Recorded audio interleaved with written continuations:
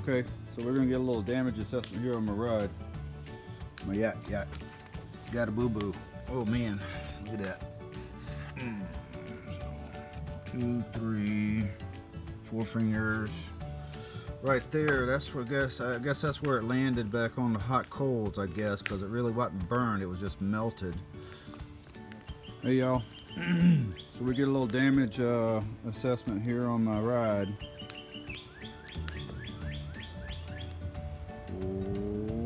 Whoops. Okay, so we got that right there.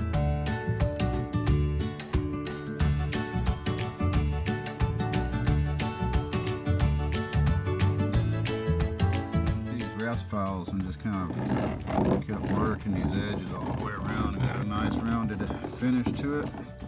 My next step, I'll be trying to put the patch in, heat it up, get it up to temp, get my patch ready. I just got just a little bit more touch up right inside there. Really doesn't take much with these rest files, but I've cleaned that all the way up. Nice rounded edges, ready for a patch. So yeah, there was a little burn damage right here and little crispy edges right up along there. So I just took all that down. Got a rest file right there. Just took all them little crispy edges back down to the, good plastic. A little bit of crispy right there. And I'm good plastic right here. All right. So what I'm doing here is I've got my lip down here. Cleaned off. You can see it's pretty flat. I've just worked and a little melting, then I work it back this way. It finally got me a nice smooth surface like all the way around. We got our patch heating up in the microwave. My trusty assistant. Toaster oven. Or the toaster oven. My assistant there is keeping an eye on that for me. And I'm just kind of keeping this warm, getting it warm. You have to pay mind to keep an eye on the temperature of these other surfaces also, because they will tend to get hot, and I think maybe you could probably even put some kind of insulation in there, but that's where we're at now.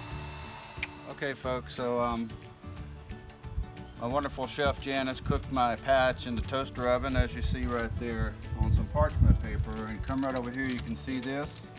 Place patched, looked like perfectly. It's very easy to mold. Even right now I can push it up into the corners a little bit.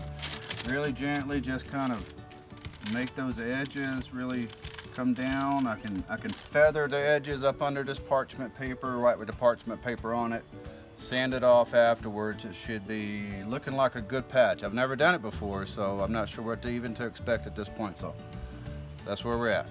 Ciao. So where we're at here is what I'm noticing. I didn't want to pull this parchment paper off because it's still a little tacky to the parchment paper, and I found that if I did that, I may have caused a slight little hole right here, which I think I could put some more plastic in that, it'll be fine. But as it cools, it's letting go on its own. It's almost like 95% let go right there. So I'm thinking when it falls off, I'm just going to give it a little while longer. Just be patient with it and watch it. See what I need to do afterwards. So where we're at. Okay, parchment paper fell off all by itself. So now we're looking at a really nice patch. I don't know if you can get a close-up of it or if you guys can see it good enough.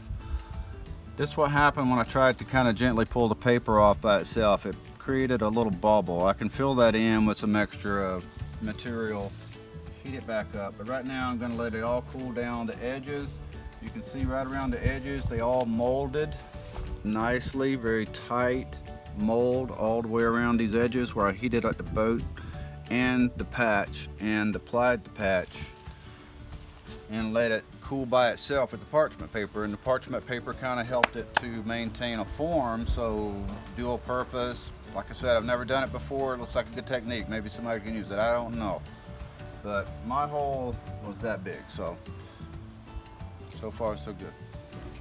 So right now I got my rest file out again, chewing down these borders here. We're just going to chew these borders down until they get pretty close to the surface of the existing kayak, and then I can come back and fine tune it with maybe some rough sandpaper might do it. I'm not sure if I'll have to get a little grinder out, but I'm going to kind of blend it in just a little bit. So, not rocket science.